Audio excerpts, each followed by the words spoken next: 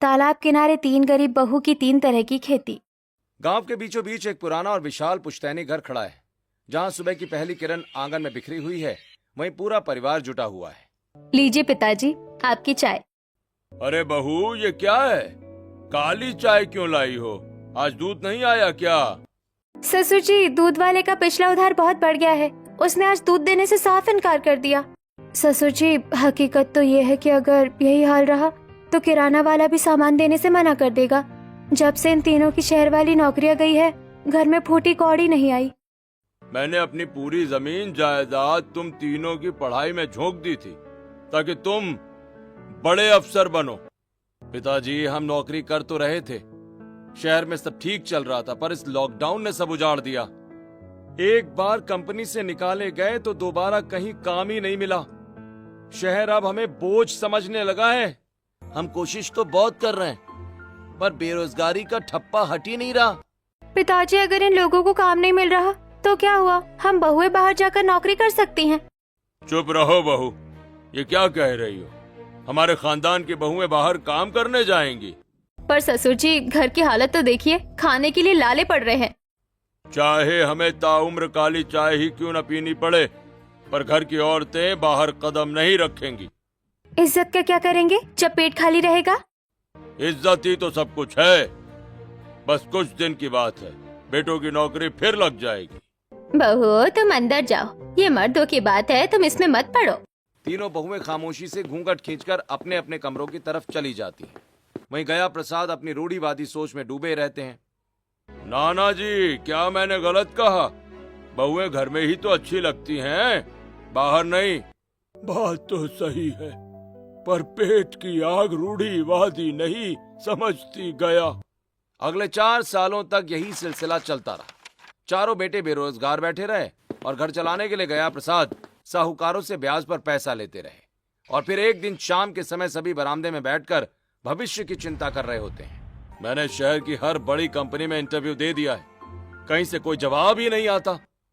मुझे तो लगता है अब हमें मजदूरी ही करनी पड़ेगी, इसके अलावा कोई रास्ता नहीं है। भाई साहब, मजदूरी करने में भी कोई बुराई नहीं है, कम से कम घर का चूल्हा तो जलेगा। तभी अचानक घर के बाहर एक महंगी गाड़ी का हॉर्न सुनाई पड़ता है। साहूकार अपने आदमियों के साथ अंदर आता है। अरे बहुत हो गया गया प्रसाद, अब मजदूरी करो या चोरी, हमें हमारा रुपया चाहिए। और अगर आज हिसाब नहीं हुआ तो हम इस घर की नीलामी शुरू कर देंगे। अरे साहूकार जी, थोड़े दिन की मोहलत और दे दीजिए, मैं सूद समेत पैसे लौटा दूंगा। मोहलत? 5 साल से मोहलत ही दे रहे हैं, असल से ज्यादा तो तुम्हारा सूद हो गया है। अब और इंतजार नहीं होगा, घर खाली करने की तैयारी कर लो। रुकिए साहूकार जी, मेरी बात सुनिए। हमारे बेटों की नौकरियां लगते ही हम आपको आपकी पाई पाई लौटा देंगे। आप तो जानते हैं कि जब हमारे बेटे नौकरी कर रहे थे तो हमें कोई दिक्कत नहीं थी। उनकी नौकरी जाने के बाद ही ये मुसीबत शुरू हुई। लेकिन साहूकार तब भी नहीं समझते। ये देखकर पार्वती अपने सोने के कंगन उतारकर साहूकार के सामने रख देती है। ये रख लीजिए, बस कुछ महीनों का समय और दे दीजिए। आखिर कब तक गहने देकर मोहलत मांगेंगी आप? अब तो आपके पास कुछ बचा भी नहीं होगा। ठीक है, गहने रख लेते हैं, पर याद रखना ये आखिरी बार है, अगली बार घर नीलाम होगा। चलो भाइयों, देखते हैं ये कब तक अपनी इज्जत बचा पाते हैं। साहूकार चले जाते हैं। बहुएं ये सब छुप कर देख रही होती हैं और साहूकारों के जाने के बाद तीनों एक कमरे में इकट्ठा होकर, देखा दीदी, अब माँ जी के गहने भी चले गए, कल को ये घर भी छिन जाएगा। हाँ, हमें कुछ तो करना होगा। ससुर जी की जिद हमें सड़क पर ले आएगी, पर हम कर क्या सकती है? हमें तो घर की दहलीज लांघने की भी इजाजत नहीं है। ऐसे ही 2-4 दिन और बीतते हैं। राम, लक्ष्मण और भरत फिर से खाली हाथ घर लौटते हैं और अपने अपने कमरों में अपनी अपनी पत्नियों से बातें करते हुए। आज मंडी में भी कोई काम नहीं मिला, सब जगह भीड़ ही भीड़ है। लोग हमें देखकर हंसते हैं कि पढ़े लिखे होकर बेकार घूम रहे हैं। अब तो पिताजी से साफ साफ बात करनी होगी कि बहुओं को काम करने दें। जिसके बाद तीनों बहुएं गया प्रसाद, जो हॉल में बैठे अखबार पढ़ रहे थे, उनके सामने आकर खड़ी हो जाती हैं। पिताजी, हम काम करना चाहती हैं, घर के हालात अब बर्दाश्त से बाहर है। फिर वही बात, मैंने एक बार मना कर दिया ना, क्या तुम्हें सुनाई नहीं देता? क्यों नहीं कर सकते हम काम? क्या काम करना पाप है?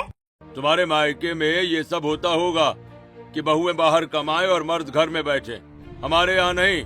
ससुर जी, ये रूढ़िवाद हमें ले डूबेगा। मुझे ऐसी सोच मंजूर नहीं। मांडवी गुस्से में घर से बाहर निकल जाती है। सीता और उर्मिला भी उसके पीछे दौड़ती हैं। मांडवी रुको, कहाँ जा रही हो? मांडवी पागल मत बनो, ससुर जी और गुस्सा हो जाएंगे। मांडवी गुस्से में गांव के किनारे वाले तालाब की तरफ बढ़ती है। वहीं उसे रास्ते में कुछ गांव की औरतें मिलती हैं।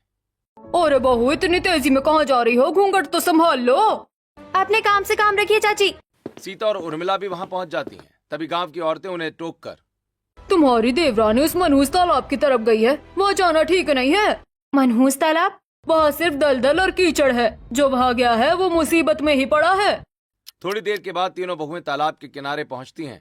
वहीं सूरज ढलने वाला होता है और तालाब का नजारा काफी वीरान लगता है। देखिए दीदी, हम बर्बादी की कगार पर है और उन्हें हमारी नौकरी से परहेज है। अब क्या करोगी मांडवी? घर से तो निकल आए, पर मंजिल कहाँ है? हम मदद करना चाहती है, पर हमारे पास ना जमीन है ना पूंजी। बस बहुत हुआ, मैं भरत को इस तरह घुटते हुए नहीं देख सकती। मुझे कुछ करना होगा। मांडवी की नजर तालाब में तैर रही मछलियों, खिले हुए कमलों और किनारे पर उगी घास पर पड़ती है। तभी उसके दिमाग में एक बिजली सी दौड़ पड़ती है। दीदी, एक रास्ता मिल गया। भले हम बाहर नौकरी नहीं कर सकते, पर हम यहाँ खेती कर सकते हैं। खेती? मांडवी, यहाँ तो सिर्फ कीचड़ और पानी है, जमीन कहाँ है? नजर घुमाओ दीदी, तालाब में मछलियाँ हैं, कमल के फूल है, ये घास भी काम की है। बात तो सही है। गांव वाले इस जगह को मनहूस मानते हैं, तो यहाँ कोई हमें रोकने भी नहीं आएगा। पर यहाँ होगा क्या? हम तो धान और गेहूं के बारे में जानते हैं। मैं यहाँ मोती उगाऊंगी और बतख पालूंगी, मैंने इसके बारे में पढ़ा था। और मैं यहाँ मखाने और सिंघाड़े की खेती करूंगी, ये पानी में ही होते हैं। और मैं इस किनारे पर पुदीना, एलोवेरा और सजावटी घास लगाऊंगी। हम तीनों की अलग अलग खेती होगी, 3 बहुएं, 3 तरह की फसल। पर इसके लिए पैसे कहाँ से आएंगे? बीज और जाली तो खरीदनी ही पड़ेगी। हम अपने मायके वालों से मदद मांगेंगे, वो हमारा साथ जरूर देंगे। तीनों बहुएं घर लौटती हैं और रात को वो अपने अपने मायके फोन करती हैं और अपना प्लान समझाती हैं, जिसके बाद उनके मायके वाले राजी हो जाते हैं। और फिर अगली सुबह जब गया प्रसाद को इस बात की भनक लगती है, तो गया प्रसाद अपनी बहुओं से, मैंने सुना है तुम लोग उस गंदे तालाब में हाथ डालने वाली हो। ससुर जी, ये हमारा फैसला है, हम घर को बिकने नहीं दे सकती। इस घर की बहुओं ने कभी कीचड़ नहीं छुआ, तुम हमारी नाक कटवा दोगी। ससुर जी, इज्जत तब नीलाम होती है जब साहूकार घर के बाहर चिल्लाता है। कीचड़ में कमल उगता है, इज्जत नहीं घटती। हम मायके से पैसे मंगा रहे हैं, हम आपसे 1 रुपया भी नहीं मांगेंगे। मेरे जीते जी ये नहीं होगा। तो फिर आप घर बचाने का कोई और रास्ता बता दीजिए, वरना हमें अपना काम करने दीजिए। इतना कहकर तीनों बहुएं अपने अपने कमरों में चली जाती हैं। वहीं गया प्रसाद गुस्से में वहां बैठे रह जाते हैं। और फिर कुछ दिनों के बाद बहुओं के पास पैसे आ जाते हैं। सीता शहर जाकर बीज लाती है, फिर तालाब के किनारे खड़े होकर, बीज तो ले आई, पर तालाब के बीच में जाऊं कैसे? किनारे पर तो दलदल बहुत है। दीदी, पास के खेत में बांस के पेड़ है, हम उनसे नाव जैसा कुछ बना सकती हैं।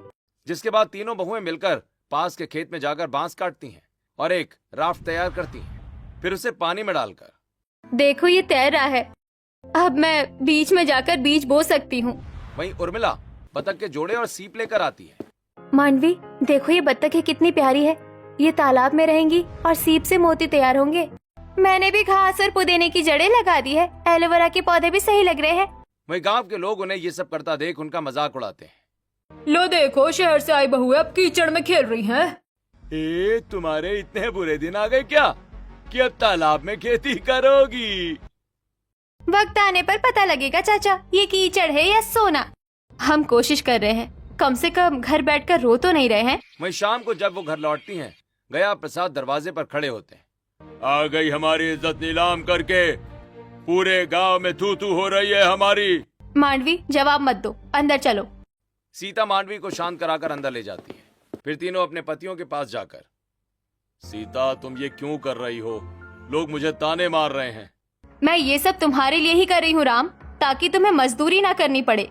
उर्मिला, पिताजी बहुत गुस्से में हैं, वो तुम्हें कभी माफ नहीं करेंगे। किसी भी अच्छी शुरुआत में मुश्किलें तो आती ही हैं, हमें बस आगे बढ़ना है। मांडवी, गांव वालों की बातें चुभती हैं।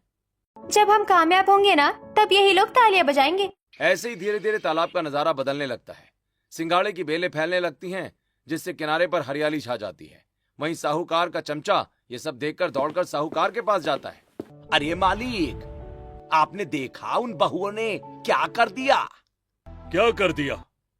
अरे मालिक, पूरा तालाब हरा भरा हो गया है। वहां तो बेशकीमती फसलें उग रही हैं। क्या ये मुमकिन नहीं है? चलो, मुझे अभी देखना है।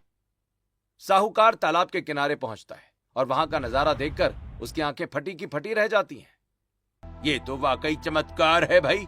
इन औरतों ने तो कमाल कर दिया। ये फसल तो बहुत महंगी बिकेगी। मेहनत इनकी, जमीन हमारी। देखते जाओ अब क्या होता है। जिसके बाद साहूकार गया प्रसाद के घर पहुंचता है। गया प्रसाद, तुम्हारे बहुएं घूंघट में अच्छी लगती हैं, कीचड़ में नहीं। साहूकार जी, जब पेट की भूख घूंघट खींचती है तो कीचड़ को ही कमल बनना पड़ता है। बहू, जुबान बहुत चलने लगी है तुम्हारी।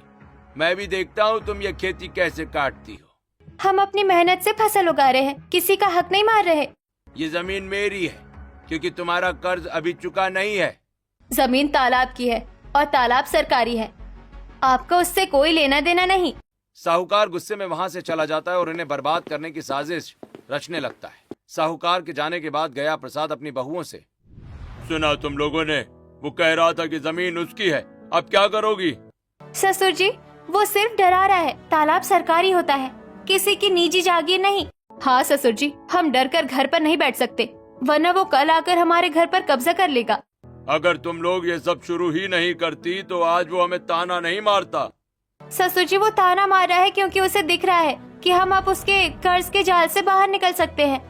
ऐसे कुछ दिन बीतते हैं और एक दिन रात के समय तीनों भाई अपने कमरे में अपनी पत्नियों के साथ बैठकर बातें करते हुए। सीता, साहूकार ने जो कहा वो छोटा मामला नहीं है। गांव में उसकी बहुत चलती है। मुझे पता है राम, लेकिन अगर हम आज पीछे हटे तो कल हमारे पास सिर छुपाने की जगह भी नहीं बचेगी। उर्मिला, मुझे डर लग रहा है यार कि कहीं वो तुम लोगों को नुकसान ना पहुंचा दे। लक्ष्मण, डरने से काम नहीं चलेगा। हमें अपनी फसल की रखवाली करनी होगी। मांडवी, मैं कल से तुम्हारे साथ तालाब पर चलूंगा। मैं तुम्हें अकेला नहीं छोड़ सकता। शुक्रिया भरत, तुम्हारी हिम्मत ही मेरी सबसे बड़ी ताकत है। अगले कुछ दिन बहुएं और उनके पति जी जान से तालाब की रखवाली में जुट जाते हैं। वहीं फसल धीरे धीरे बढ़ती है। सिंघाड़े के फल अब दिखाई देने लगते हैं। तभी एक दोपहर गांव के कुछ लोग तालाब के किनारे जमा होते हैं। अरे देखो भाई, इन बहुओं को देखो। अब इनके पति भी इनके पीछे पीछे कीचड़ में उतर आए हैं। कैसी कलयुगी दुनिया है, जिस घर की इज्जत की मिसाल दी जाती थी आज वो सब यहाँ तमाशा बने हुए हैं। चाची, तमाशा हम नहीं, आपकी सोच है। मेहनत करना तमाशा नहीं होता। बहुत बोलती हो बहू। हमारे गांव में आज तक किसी औरत ने ऐसा काम नहीं किया। तो आज से शुरुआत समझ लीजिए। ऐसे ही कुछ दिन और बीतते हैं और एक दिन साहूकार अपने उन कर्जदारों को लेकर गया प्रसाद के घर आता है, जिनसे गया प्रसाद ने पैसा लिया था। देखो भाइयों, ये रहा तुम्हारा पैसा। ये लोग यहाँ खेती में पैसा बर्बाद कर रहे हैं और तुम्हारा कर्ज नहीं चुका रहे। गया प्रसाद, ये क्या हो रहा है? हमारे पैसे कब मिलेंगे? भाई साहब, मैं तो खुद परेशान हूँ। ये बहुएं मेरी बात सुन ही नहीं रही हैं। तुम लोगों के पास खेती में बर्बाद करने के लिए पैसे हैं, पर हमारा कर्ज वापस करने के लिए नहीं। ये पैसे हमने अपने मायके से लिए हैं, खेती के लिए, और कर्ज हम फसल बेचकर चुकाएंगे। हमें आज ही कुछ हिसाब चाहिए, वरना हम अभी पंचायत बुलाएंगे। अरे रुकिए, मैंने अपना घर गिरवी रखने का फैसला कर लिया है। कागजी कार्रवाई चल रही है। ससुर जी, ये आप क्या कह रहे हैं? घर गिरवी मत रखिए। तो और क्या करूं? तुम लोगों ने तो मुझे कहीं मुंह दिखाने लायक नहीं छोड़ा। साहूकार मनी मन खुश हो जाता है। उसे पता है कि अगर घर गिरवी रखा गया तो वो उसे आसानी से हड़प लेगा। ठीक है गया प्रसाद, अगर तुम घर के कागज दे रहे हो तो हम थोड़े दिन और रुक जाते हैं। अरे ठीक है, तो हम जा रहे हैं, लेकिन याद रखना गया प्रसाद, जुबान से मुकरना मत, वरना अंजाम बहुत बुरा होगा। इतना कहकर साहूकार और कर्जदार चले जाते हैं। वहीं बहुएं सुन्न रह जाती हैं। ससुर जी, आपने ये क्या किया? हमारी इतनी मेहनत का क्या होगा? तुम्हारी मेहनत ने मुझे कर्जदार के सामने झुकने पर मजबूर कर दिया। वैसे तुम तीनों जिस कीमत पर खेती कर रही हो, हमारी इज्जत नीलाम करके मुझे ऐसी खेती नहीं चाहिए। अपने ससुर की बात सुनकर तीनों बहुएं चुप हो जाती हैं। ऐसे कुछ दिन बीतते हैं और एक रात अचानक मौसम करवट बदलता है। आसमान में घने काले बादल छा जाते हैं, बिजली कड़कने लगती है। वहीं सभी लोग हॉल में इकट्ठा होकर मांडवी, उर्मिला, बाहर देखो, मौसम कितना खराब हो गया है। दीदी, इतनी तेज बारिश हुई तो तालाब का पानी बढ़ जाएगा। हमारी फसल का क्या होगा? मुझे बहुत डर लग रहा है। बत्तखों के छोटे बच्चे भी बाहर ही हैं। तभी अचानक मूसलाधार बारिश शुरू हो जाती है और हवा इतनी तेज होती है कि घर के दरवाजे और खिड़कियां खड़खड़ाने लगते हैं। हे भगवान, ये कैसी परीक्षा ले रहे हो? हमारी इतने दिनों की मेहनत एक रात में खत्म हो जाएगी। हमें तालाब पर जाना चाहिए, हमें कुछ तो करना होगा। पागल हो गई हो क्या? इस तूफान में बाहर जाओगी तो जान से हाथ धो बैठोगी। पर ससुर जी, वहाँ हमारी पूरी जिंदगी दांव पर लगी है। पूरी रात बारिश नहीं थमती। वहीं सुबह जब सूरज निकलता है तो तालाब का नजारा दिल दहला देने वाला होता है। तालाब ओवरफ्लो हो चुका था। वहीं सीता तालाब के किनारे पहुंचकर फूट फूट कर रोने लगती है। सब खत्म हो गया, मेरे सिंघाड़े के बेल बह गए। दीदी, मेरी बत्तखें भी उड़ गई है, कुछ ही बची है। मेरा एलोवेरा और पुदीना भी पानी में डूब गया है। तीनों बहुएं ये सब देख कीचड़ में बैठकर विलाप करने लगती हैं। वहीं गांव वाले वहां आकर तमाशा देख रहे होते हैं। हमने कहा था ना, मनहूस तालाब है, यहाँ कुछ नहीं उगेगा। दीदी, क्या भगवान भी हमारे खिलाफ है? एक तो पतियों की नौकरी गई, ऊपर से ये। नहीं उर्मिला, हिम्मत मत हारो, ये सिर्फ एक इम्तिहान है। पर दीदी, अब क्या बचा है? सब तो बर्बाद हो गया। जो बच गया है हम उसी से फिर शुरुआत करेंगे। हम हार नहीं मानेंगे। बहुएं हार मानने के बजाय फिर से काम में जुट जाती हैं। वो बह गई मिट्टी को फिर से जमा करती हैं और बची हुई फसलों को सहारा देती हैं। फिर एक दिन तीनों अपनी फसलों को देखकर आपस में बातें करते हुए, मुझे तो लगता है कि अब हमें इस तालाब के किनारे ही सोना चाहिए, ताकि हम अपनी फसलों की अच्छे से देखभाल और रक्षा कर सके। हाँ उर्मिला, तुम ठीक कहती हो। आज के बाद फसलों को तैयार होने तक हम इसी तालाब के किनारे सोएंगे। यही सोचकर तीनों बहुएं तालाब के किनारे ही सोने लगती हैं। फिर अगले दिन गया प्रसाद घूमते हुए तालाब के किनारे आता है और ये देखकर हैरान रह जाता है कि इतनी बड़ी तबाही के बाद भी बहुएं पीछे नहीं हटी। लेकिन तभी अचानक से अपनी इज्जत के बारे में सोचकर तीनों बहुओं से कहता है, मैंने तुम तीनों को खेती करने के लिए मना किया, लेकिन तुम नहीं मानी और मैं भी बात को टाल गया। लेकिन अब तुम तीनों यहाँ सोना चाहती हो, ये कभी नहीं हो सकता। मुझे ये कभी मंजूर नहीं होगा। तुम तीनों को घर पर ही चलकर सोना होगा। आखिर घर की बहुएं घर की इज्जत होती हैं और इज्जत तालाबों के किनारे नहीं, घर पर अच्छी लगती है। पिताजी, आप अच्छी तरह जानते हैं कि हम किसी गलत मकसद के लिए यहाँ नहीं सो रहे हैं। हम तो बस अपने घर और परिवार की भलाई के लिए यहाँ सो रहे हैं। गया प्रसाद अपनी बहुओं का जवाब सुनकर चुप हो जाता है और वहां से चला जाता है। ऐसे ही समय बीतता है और तीनों बहुएं तालाब के किनारे सोकर अपनी फसल की रखवाली करती हैं। अगले कुछ हफ्तों में बहुओं की मेहनत रंग लाने लगती है। जो फसल बच गई थी वो अब दोगुनी तेजी से बढ़ती है। तभी साहूकार वहां आकर कहता है, तुम तीनों ने गैर कानूनी तरीके से इस सरकारी तालाब पर कब्जा कर लिया है। तुम लोगों के पास इस तालाब के इस्तेमाल की कोई अनुमति है? ये तालाब सालों से खाली पड़ा था, हमने इसे साफ किया और खेती की। सफाई के बहाने तुम तीनों इस तालाब पर कब्जा करना चाहती हो? तुम्हारी भलाई इसी में है कि फसल चुपचाप से मेरे हवाले कर दो, नहीं तो मैं पुलिस को खबर कर दूंगा। तुम लोगों ने इस तालाब पर अवैध रूप से कब्जा जमा लिया है। हमने कोई पक्का ढांचा नहीं बनाया, ये सिर्फ बांस के राफ्ट है। इसके बाद भी अगर आपको ऐसा लगता है कि आपको हमारी शिकायत करनी चाहिए तो आप कर सकते हैं, लेकिन हम अपनी मेहनत से उगाई हुई फसल किसी के हवाले नहीं करेंगे। ठीक है, अभी तो मैं जा रहा हूँ, लेकिन अगली बार पुलिस लेकर ही आऊंगा। साहूकार वहां से चला जाता है। वहीं तीनों बहुएं बहुत ज्यादा डर जाती हैं। मामला बढ़ता देख तभी मांडवी चुपके से वहां से निकलकर शहर की तरफ जाती है। मांडवी कहाँ गई? वो हमें अकेला छोड़कर क्यों चली गई? मुझे उस पर भरोसा है उर्मिला, वो कुछ न कुछ रास्ता जरूर निकालेगी। जिसके बाद अगले दिन तालाब के किनारे साहूकार दबाव बना रहा होता है कि फसल अभी उखाड़ दी जाए। तभी वहां एक सरकारी जीप आकर रुकती है। जीप से जिला कलेक्टर नीचे उतरते हैं। पुलिस वाले उन्हें देखते ही सावधान की मुद्रा में आ जाते हैं और सलाम ठोकते हैं। यहाँ क्या हो रहा है? इतना शोर क्यों है? कलेक्टर साहब, अच्छा हुआ आप आ गए। देखिए, ये बहुएं सरकारी जमीन हड़प रही हैं। क्या ये वही तालाब है जिसकी चर्चा सोशल मीडिया पर हो रही थी? साहब, इन्हें गिरफ्तार कीजिए, इन्होंने कानून तोड़ा है। चुप रहिए आप, मुझे पता है यहाँ क्या हो रहा है। कलेक्टर साहब तालाब के किनारे जाते हैं और फसलों को ध्यान से देखते हैं। उनके पीछे पीछे मांडवी भी आ जाती है, जो शहर जाकर उन्हें लेकर आई थी।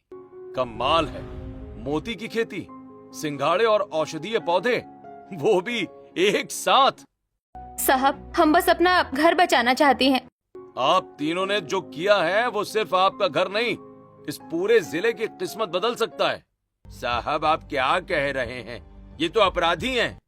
असली अपराधी आप हैं जो विकास के काम में रोड़ा अटका रहे हैं। साहब, क्या हम अपनी खेती जारी रख सकती हैं? बिल्कुल, सरकार आपको इस तालाब का आधिकारिक पट्टा यानी कि लीज देगी, और इतना ही नहीं, आपको इनोवेटिव फार्मिंग के लिए इनाम भी दिया जाएगा। क्या इनाम? हाँ, हम पूरे जिले में नियम लागू करेंगे कि तालाबों को ऐसे ही पुनर्जीवित किया जाएगा। साहूकार का चेहरा पीला पड़ जाता है। गांव वाले जो मजाक उड़ा रहे थे अब एक दूसरे का मुंह ताकने लगते हैं। पुलिस ऑफिसर, ध्यान रहे कि इन औरतों को कोई परेशान न करे। अगर साहूकार ने दोबारा यहां कदम रखा तो सीधे जेल भेज देना। जी साहब, बिल्कुल। जिसके बाद कलेक्टर साहब वहां से चले जाते हैं। साहूकार अपना छोटा सा मुंह लेकर खिसक जाता है। देखा दीदी, हमारी मेहनत की जीत हुई। मांडवी, तुमने तो आज कमाल ही कर दिया। तुम शहर कैसे पहुंच गई? मैं सीधा कलेक्टर ऑफिस गई थी। मुझे पता था कि वो हमारी बात जरूर सुनेंगे। अब तो हमारे पास पट्टा भी है, अब कोई हमें नहीं रोक सकता। घर में जब ये खबर पहुंचती है तो ससुर जी दंग रह जाते हैं, लेकिन उनकी रूढ़िवादी सोच अभी भी पूरी तरह गई नहीं थी। पट्टा मिल गया तो क्या हुआ? गांव वाले अभी भी बातें तो बनाएंगे ही। अरे छोड़िए भी, अब तो सरकार ने भी मान लिया कि हमारी बहुएं सही है। गया, अब तो मान जा। तेरी बहुओं ने जो कर दिखाया वो तेरे बेटे भी नहीं कर पाए हैं। कुछ दिन बाद फसल पूरी तरह तैयार हो जाती है। अब इसे काटने का समय हो जाता है। अब सवाल ये है कि इतनी सारी फसल हम बेचेंगे कहाँ? सीता, तुम फिक्र मत करो, हमने शहर में कुछ फैक्ट्रियों से बात की है। हाँ, औषधीय पौधों के लिए आयुर्वेदिक कंपनियां तैयार हैं, और मोतियों के लिए ज्वेलरी डिजाइनर्स ने दिलचस्पी दिखाई है। सच में? ये तो बहुत अच्छी खबर है। तीनों भाई और बहुएं मिलकर फसल की कटाई शुरू करते हैं, और फसल काटने के बाद तीनों बेटे और तीनों बहुएं शहर की तरफ अपनी फसल बेचने के लिए निकल पड़ते हैं, और शहर जाकर अपनी फसल बेचकर ढेर सारे पैसों के साथ वापस आते हैं और गया प्रसाद के हाथों में पैसे दे देते हैं। ये देखकर गया प्रसाद, इतने सारे पैसे? हाँ पिताजी, और ये तो सिर्फ पहली फसल है। अब हम साहूकार का सारा कर्ज चुका सकते हैं और अपना घर भी बचा सकते हैं। चलिए पिताजी, साहूकार के पास चलते हैं। आज उसका हिसाब चुकता करना है। गया प्रसाद और उनका पूरा परिवार साहूकार की हवेली पर पहुंचता है। साहूकार वहां आराम से बैठा होता है। उसे लगता है कि आज घर उसके नाम हो जाएगा। आ गए क्या गया प्रसाद? लाओ, घर के कागज पर दस्तखत कर दो। कागज की जरूरत आपको पड़ेगी साहूकार जी, अपनी जेल की जमानत के लिए। क्या बकवास है ये? ये लीजिए अपना पैसा, सूद समेत एक एक पाई का हिसाब। क्या बकवास है ये? सीता पैसों से भरा बैग साहूकार के सामने पटक देती है। साहूकार की आंखें फटी की फटी रह जाती हैं। इतने पैसे कहाँ से आए? उसी कीचड़ से जिसे आप मनहूस कह रहे थे। साहूकार, अब हमारे घर के कागज वापस करो। ये लो, पर याद रखना ये जीत ज्यादा दिन तक नहीं टिकेगी। वो तो वक्त बताएगा। जिसके बाद सभी खुशी खुशी घर लौटते हैं और रास्ते में उनकी पड़ोसन मिलती है। बहू, हमें माफ कर देना, हमने तुम्हें बहुत भला बुरा कहा। कोई बात नहीं चाची, हम बस ये साबित करना चाहते थे कि मेहनत का कोई जेंडर नहीं होता। अब तो आप भी अपने घर की लड़कियों को पढ़ने और काम करने से नहीं रोकेंगी ना? बिल्कुल नहीं, तुम लोगों ने हमारी आंखें खोल दी है। घर पहुंचकर गया प्रसाद सीधे हॉल में जाते हैं और अपनी पुरानी तस्वीरों के सामने खड़े हो जाते हैं। उनकी आंखों में आंसू होते हैं। पिताजी, आप क्यों रो रहे हैं? अब तो सब ठीक हो गया है। बेटा, मैं अपनी सोच पर रो रहा हूँ। मैं बहुओं को घर में कैद रखना चाहता था। मैं इतना अंधा था कि जो लक्ष्मी बनकर घर बचाने आई, मैं उन्हें कुलक्षणी समझता रहा। ससुर जी, आप उस समय के हिसाब से सोच रहे थे, पर अब जमाना बदल गया है। मुझे माफ कर दो बहुओं, मुझे माफ कर दो। मैंने तुम्हें बहुत ताने दिए, बहुत नीचा दिखाया। अगर आज तुम मेरी बात मान लेती तो ये घर नीलाम हो चुका होता और मैं सड़क पर कटोरा लेकर खड़ा होता। पिताजी, ऐसा मत कहिए। घर बचाने का हक और फर्ज हमारा भी है। ये घर सिर्फ आपका नहीं, हमारा भी है। और देखिए पिताजी, अब तो शहर से भी काम के ऑफर आने लगे हैं। हाँ, अब हम इस तालाब को और बड़ा बनाएंगे। हम पास के गांव के तालाबों को भी लीज पर लेंगे। अब से मैं तुम लोगों को नहीं रोकूंगा। हाँ, बल्कि मैं खुद तुम लोगों की मदद करूंगा। ये हुई ना बात, अब आएगा असली मजा।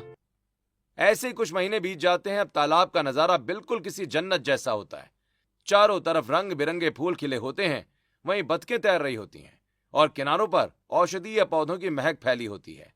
और फिर एक दिन कलेक्टर साहब फिर से गांव का दौरा करने आते हैं, जहां उनके साथ कुछ पत्रकार भी होते हैं। मांडवी जी, आपको इस 3 लेयर फार्मिंग का विचार कैसे आया? जब रास्ते बंद हो जाते हैं तब इंसान को कुदरत की तरफ देखना चाहिए। तालाब में मछली, पानी पर सिंघाड़े और किनारे पर जड़ी बूटियाँ, यही तो प्रकृति का संतुलन है। और आपके परिवार का क्या कहना है? भाई मेरा कहना यह है कि बेटियों और बहुओं को पंख दीजिए, वो पूरे आसमान को नाप लेंगी। मेरी बहुएं मेरी असली ताकत है। गया प्रसाद के चेहरे पर अब गर्व की चमक है। ऐसे ही थोड़ी देर के बाद पार्वती और नाना जी भी किनारे पर बैठकर ताजी चाय पी रहे होते हैं, इस बार दूध वाली चाय। गया, आज चाय का स्वाद कुछ अलग ही है। नाना जी, ये मेहनत की मिठास है। और ससुर जी, अब तो दूध वाले का उधार भी नहीं है, बल्कि वो तो अब हमसे ही मशवरा मांगता है।